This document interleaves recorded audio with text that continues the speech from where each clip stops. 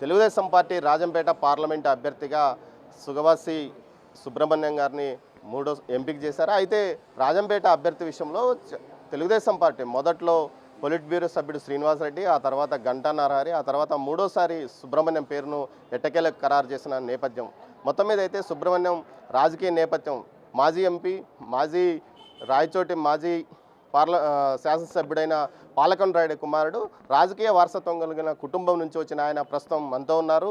ఆయన అడిగి మరిన్ని విషయాలు తెలుసుకుందాం. సార్ చెప్పండి, ఇప్పటికీ మీ పేరు ఖరారు చేసిన నేపథ్యంలో నియోజకవర్గంలో ఎలా ఉన్నాయి పరిస్థితి?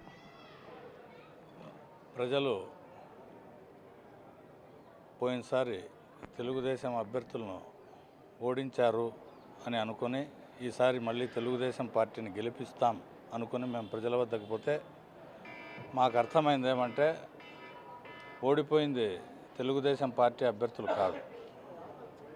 గత ఎన్నికల్లో ఓడిపోయింది తెలుగుదేశం పార్టీ అభ్యర్థులు కాదు, ప్రజలే ఓడిపోయినారు. ప్రజలు వాళ్ళని నమ్మి ఓట్లేసి సర్వస్వము పోగొట్టుకొని, స్వేచ్ఛను పోగొట్టుకొని, ఆస్తులు పోగొట్టుకొని తామే ఓడిపోయినామని ప్రజలు బాధపడుతూ ఉండే ఈ తరుణంలో మేమందరం ప్రజలకు తోడుగా నిలిచి మళ్ళీ తెలుగుదేశం పార్టీని అధికారంలోకి తెచ్చుకొని చంద్రబాబు నాయుడు గారిని ముఖ్యమంత్రిని చేసి మంచి పరిపాలనలో మేమంతా భాగస్వాములం అవుదామని ఈ సంకల్పంతో ఈ కార్యక్రమాలన్నీ చేపడుతున్నాం. అంటే మీ నియోజకవర్గం పార్లమెంట్ పరిధి చూసుకుంటే 7 నియోజకవర్గాలు డిఫరెంట్. తెలుగుదేశం పార్టీకి బలమైన క్యాడర్ ఉన్నప్పటికీ బలమైన నాయకత్వం ఎక్కడో ఒక చోట లోటుపాట్లు. అంటే చూస్తే కొన్ని నియోజకవర్గాల్లో అభ్యర్థుల ఎంపిక మీద ఇంకా గొడవ జరుగుతుంది. మరో చోట తమ్మలపల్లి నియోజకవర్గంలో అభ్యర్థి కనిపించని పరిస్థితి. మరోవైపు రైల్వే కోడూరు కానీ ఇలా రాజంపేట ప్రతి నియోజకవర్గంలో ఏదో ఒక అసమ్మతి రాగం. వీరందరినీ మీరు ఏకతాటిపైకి తీసుకురాగలరా? మీరు చూస్తే అవతల పార్టీ వాళ్ళు ఏమైనా అభ్యర్థులను ఇప్పటికి ప్రకటించినారా? ప్రకటించలే. అవతల పార్టీ వాళ్ళు యువతల పార్టీ వాళ్ళు అన్ని ఈక్వేషన్స్ చూసుకొని అభ్యర్థులను ఖరారు చేసుకుంటారు. మేము ఆల్రెడీ సిద్ధంగా ఉన్నాం. అయితే సరైన సమయంలో మేము ప్రకటిస్తాం. మాకు అందరూ అభ్యర్థులు సిద్ధంగా ఉన్నారు. అంటే పోటీ కూడా ఎక్కువ ఉంది కదా, మీకు బలమైన అభ్యర్థి కూడా రంగంలో పోటీ. పార్టీ అధికారంలోకి రాబోతూ ఉంది అంటే సహజంగా పోటీ పెరుగుతుంది. తెలుగుదేశం పార్టీ అధికారంలోకి రాబోతూ ఉంది అని అందరూ భావిస్తున్నారు కాబట్టి పోటీ కూడా సహజంగా ఎక్కువగానే ఉంటుంది.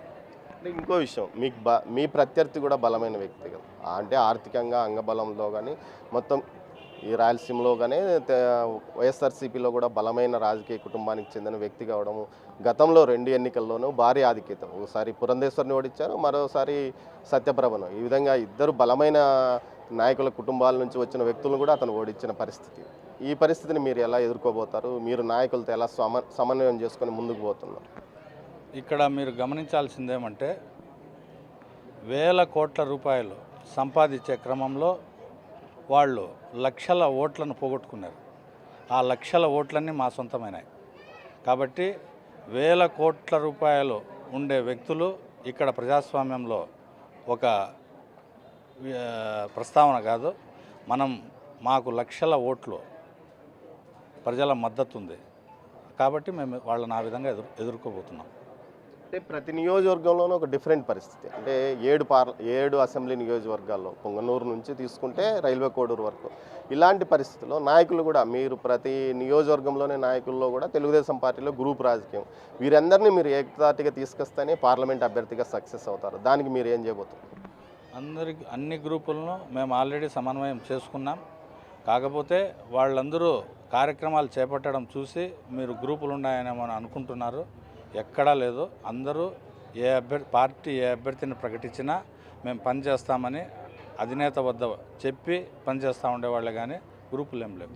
ఇంకోటి సామాజిక పరిస్థితుల నేపథ్యంలో కూడా మైనార్టీ ఓట్ బ్యాంక్ బలంగా ఉంది. మైనార్టీ ఓట్ బ్యాంక్ వైసీపీతోనే ఉందన్న పరిస్థితి ప్రచారం జరుగుతున్న నేపథ్యంలో మీరు మైనార్టీ ఓట్ బ్యాంక్ను గతంలో మీ నాన్న ఎమ్మెల్యేగా ఉన్నప్పుడు ప్రతిసారి మైనార్టీలు మీకు అండగా ఉన్నారు. అదే పరిస్థితి ఇప్పుడు ఉందా? ఇంకా ఎక్కువగా ఉంది.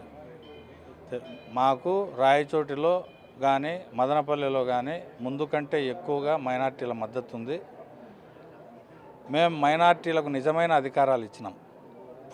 నంద్యాలలో ఫారూక్ గారు కానీ ఖలీల్ బాషా గారు కానీ ఎవరు మంత్రి పదవులు చేసినా వాళ్ళు స్వేచ్ఛగా నిర్వహించుకోగలిగినారు. ఇప్పుడుండే ప్రభుత్వం కేవలం రబ్బర్ స్టాంపులుగా మైనార్టీలను చూసింది అనే విషయాన్ని మైనార్టీలు గుర్తించినారు.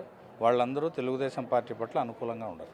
ఇంకోటి తెలుగుదేశం పార్టీ చాలా బలహీనంగా ఉన్న పార్లమెంట్ ఏదంటే రాజంపేట పార్లమెంట్. ఆవిర్భావం తర్వాత కేవలం ఇద్దరు వ్యక్తులు, ఒకటి మీ ఫాదర్ పాలకొండ రాయుడుతో పాటు మరోసారి గూనిపాటి రామయ్య, వీళ్ళిద్దరూ మాత్రమే గెలిచిన పరిస్థితి. ఇలాంటి పరిస్థితిలో మీరు ఈ నియోజకవర్గంలో ఎలా విజయం సాధించబోతున్నారు? మీ ప్రణాళిక ఏమిటి? ఈ ఎన్నికల తర్వాత, ఈ పార్లమెంట్ ఎన్నికల తర్వాత ఇప్పటివరకు మీరు చెప్పింది నిజమే. ఈ ఎన్నికల్లో ఫలితాలు చూసిన తర్వాత ఇది తెలుగుదేశానికి బలహీనమైన నియోజకవర్గం కాదు, బలమైన నియోజకవర్గం అని మీరే చెప్తారు. అట్లా ఉంటాయి ఫలితాలు.